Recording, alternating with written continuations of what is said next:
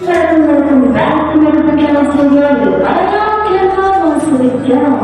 അപ്പോൾ ഞങ്ങളുടെ അപ്പോൾ സാറ്റർഡേ സൺഡേക്ക് കഴിഞ്ഞ് ഒരു ലോഡൊക്കെ പോയി രാവിലെ എണീറ്റപ്പോൾ നല്ല മഴയും കാറ്റ് വരുമ്പോൾ ടെൻഡൻസി നല്ല ടെൻഡൻസി ഉണ്ടായിരുന്നു. എന്നാലും കോളേജിൽ വന്നിട്ടാണെന്ന് വിചാരിച്ച് കോളേജിലേക്ക് പോയി.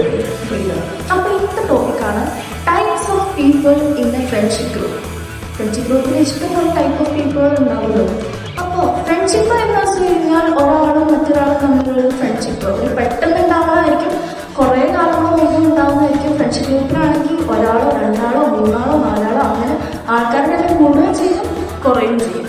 ഇത് ചൈൽഡ്ഹുഡ് ഫ്രണ്ട്സ് ഉണ്ടാവും, അല്ലെങ്കിൽ കറണ്ട് ഫ്രണ്ട്സ് ഉണ്ടാവും. ഇപ്പോൾ 10 പഠിക്കുന്നവരാണെങ്കിൽ അങ്ങനത്തെ ഫ്രണ്ട്സുകൾ ഉണ്ടാവും.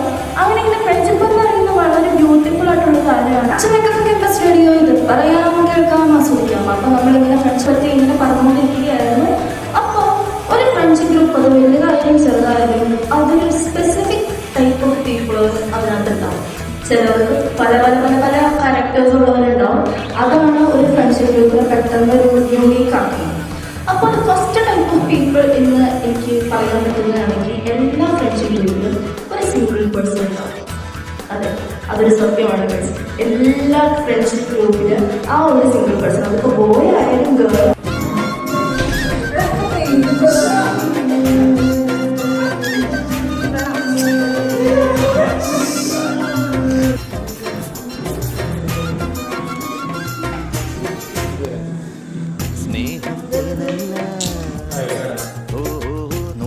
കൈപ്പല്ല സ്നേഹം തേനല്ല നോവിൻ